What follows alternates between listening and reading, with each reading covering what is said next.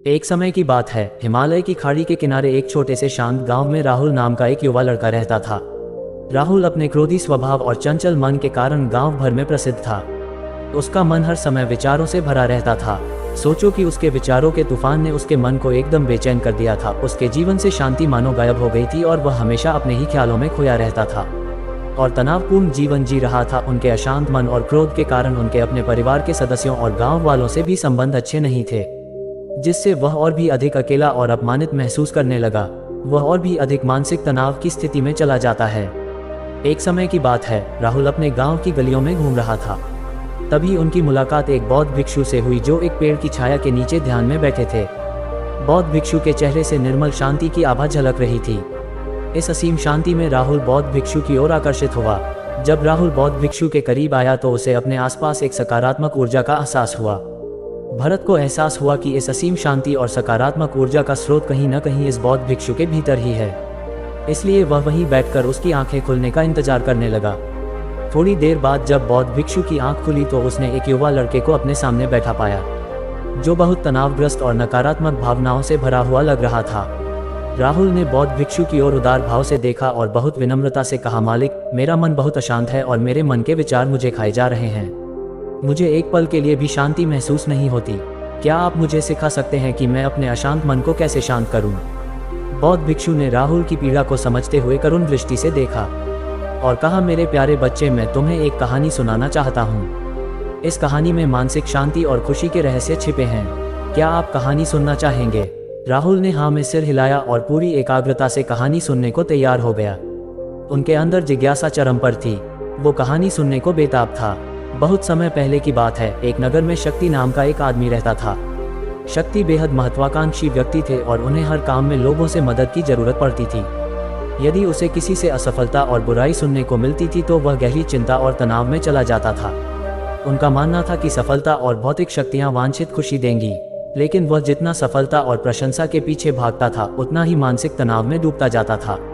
लेकिन अचानक शक्ति का सामना उस समय के मशहूर बौद्ध भिक्षु से हो गया, जिसका नाम महाकौशल था। महाकौशल अपने शिष्यों को ध्यान की शिक्षा देते थे और वह स्वयं एक बहुत ही ध्यानमग्न और प्रबुद्ध व्यक्ति थे।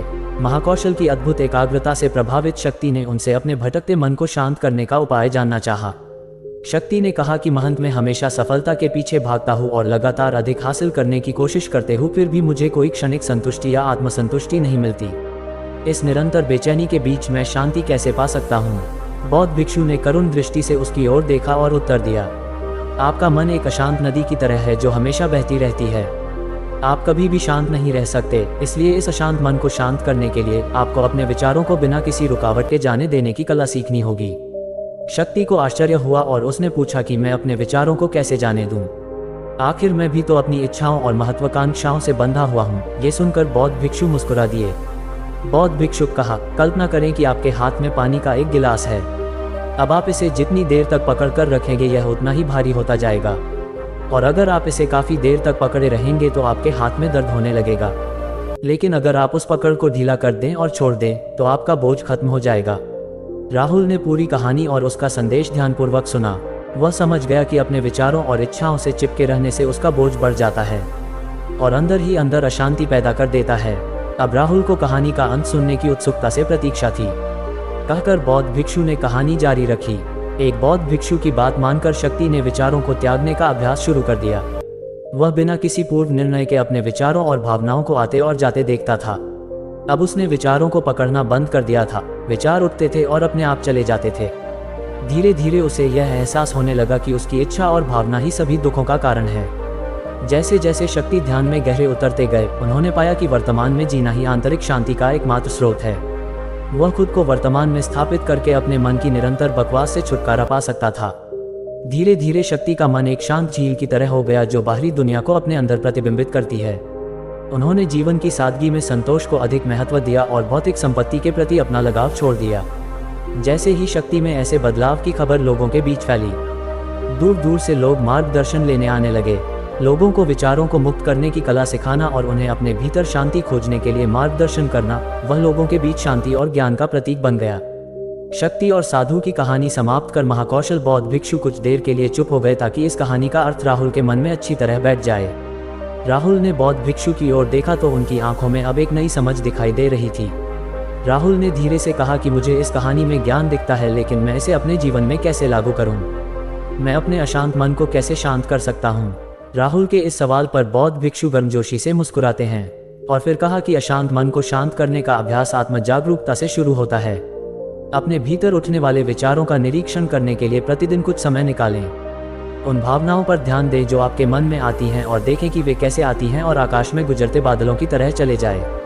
राहुल ने आंखें बंद कर ली और बौद्ध भिक्षु के कहे अनुसार अपने विचारों का अवलोकन करने लगे। जैसे ही उसने अपने भीतर उठने वाले विचारों पर ध्यान देना शुरू किया, उसे इसका एहसास हुआ। उसे अपने अंदर चिंता और इच्छाओं की एक निरंतर धारा बहती हुई महसूस हुई। सिर्फ एक एहसास ने ही उसे एक अद्भुत शांति का एहसास कराया।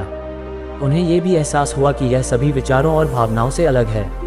बौद्ध भिक्षु ने आगे कहा कि जैसे शक्ति ने खुद को सभी मोह माया से अलग कर लिया था, वैसे ही अपने मन को अशांतकारी विचारों और भावनाओं से मुक्त करने का अभ्यास विकसित करो।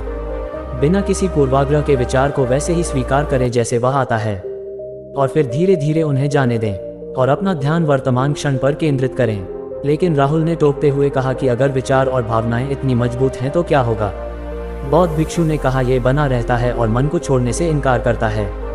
बौद्ध भिक्षु ने राहुल की बात से सहमति जताते हुए सिर हिलाया और कहा, ऐसे कई मौके आएंगे जब आपके मन में सवालों का बवंडर चल रहा होगा। जब आपका दिमाग आपकी बात ही नहीं सुनेगा तो ऐसे में आपको अपनी सांसों की ताकत पर विश्वास करना होगा। एक बार फिर भिक्षु ने राहुल से कहा, अपनी आंखें बंद करो और अपनी सांसों पर ध्यान केंद्रित करने के लिए अपने पेट को ऊपर उठता हुआ और मथता हुआ महसूस करें। बौद्ध भिक्षु ने बताया कि जब भी आपका मन अशांत हो तो तुरंत अपनी सांसों पर लौट आएं। सांस की वाद्य गति आपको तुरंत वर्तमान के चरणों में वापस खींच लेगी और आपको शांति का अनुभव कराएंगी। एक बौद्ध भिक्षु के निर्देशानुसार आने और जाने वाली सांसों पर ध्यान केंद्रित करने का प्रयास करें। इस छोटे से व्यायाम से उन्हें मानसिक शांति का अनुभव हुआ। उसे याद आया कि उसकी सांसें हमेशा उसके साथ थी, जो उसे वर्तमान क्षण की याद दिलाती थी, आराम और शांति लाती है। राहुल के इस विकास को देखकर बौद्ध भिक्षु मन मुस्कुराए और बोले, मेरे प्रिय, बेचैन मन को शांत करना एक ऐसा अभ्यास है जिसमें बहुत प्रयास और दृढ़ इच्छा शक्ति की आवश्यकता होती है। क्योंकि लगातार व्यायाम से मांसपेशियां मजबूत होती हैं, उसी तरह नियमित अभ्यास से मन भी शांत होता है।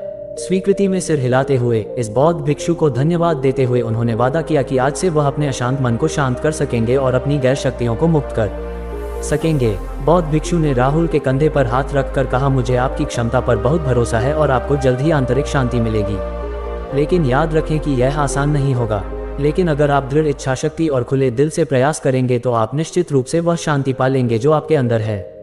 उस दिन से राहुल अपने अशांत मन को शांत करने का प्रयास करने लगा और हर दिन ध्यान करने के लिए एक अलग समय निर्धारित किया। उसने अपने मन में उठने वाले विचारों को बिना किसी रोक टोक के जाने दिया और अपनी सांसों के जरिए खुद को वर्तमान में बनाए रखने की कोशिश की। समय के साथ अभ्यास करते हुए राहुल को अपने अंदर शांति का अनुभव हुआ। जैसे जैसे समय बीतता गया, राहुल को ज्ञान और शांति का स्रोत कहा जाने लगा। जैसे जैसे समय बीतता गया, भरत को ज्ञान और शांति का स्रोत कहा जाने लगा। ग्रामीण अपने अशांत मन को शांत करने के लिए राहुल के पास आने लगे। बौद्ध भिक्षुओं के शिक्षक दूसरों की मदद करते समय आत्म जागरूकता की शक्ति साझा करते हैं। बौद्ध भिक्षु आंतरिक शांति पाने की शिक्षा देते हैं। इसके साथ ही उन्होंने अपनी सांसों पर ध्यान देने और अपने विचारों को मुक्त करने की कला भी सिखाई। ऐसे निवासियों का विकास हुआ और उन्हें मन की अमूल्य शांति मिली। बौद्ध भिक्षु की शिक्षाओं और राहुल द्वारा संचालित अभ्यास के माध्यम से विचारों को त्यागने और वर्तमान में जीने की कला दूर दूर तक फैल गई। उन्होंने कई लोगों की जिंदगी बदल दी और जैसे जैसे समय बीतता गया, उनकी जिंदगी और भी बदलती गई। राहुल का शांत प्रभाव उसके गांव की सीमाओं से परे तक फैला हुआ था। आसपास के गांवों और शहरों से लोग राहुल के परिवर्तन की कहानी सुनते थे, उनसे सलाह लेने आते हैं। मन के बोझ तले दबे लोगों के लिए राहुल आशा की किरण बन गया। राहुल की शिक्षाएं केवल ध्यान और प्रवचन तक ही सीमित नहीं थीं, बल्कि वह रोजमर्रा के काम जागरूकता के साथ करने पर ज्यादा जोर देते थे। वह लोगों को अपनी भावनाओं के प्रति जागरूक रहने की याद दिलाते थे। जिसके भाग्य में जितना होता है उसे उतना ही मां। अगर आप भी हार मान चुके हैं तो इस पोस्ट को इस बात पर ध्यान दें कि आप दिन भर में क्या करते हैं और अपने आसपास होने वाली घटनाओं पर आप कैसे प्रतिक्रिया करते हैं।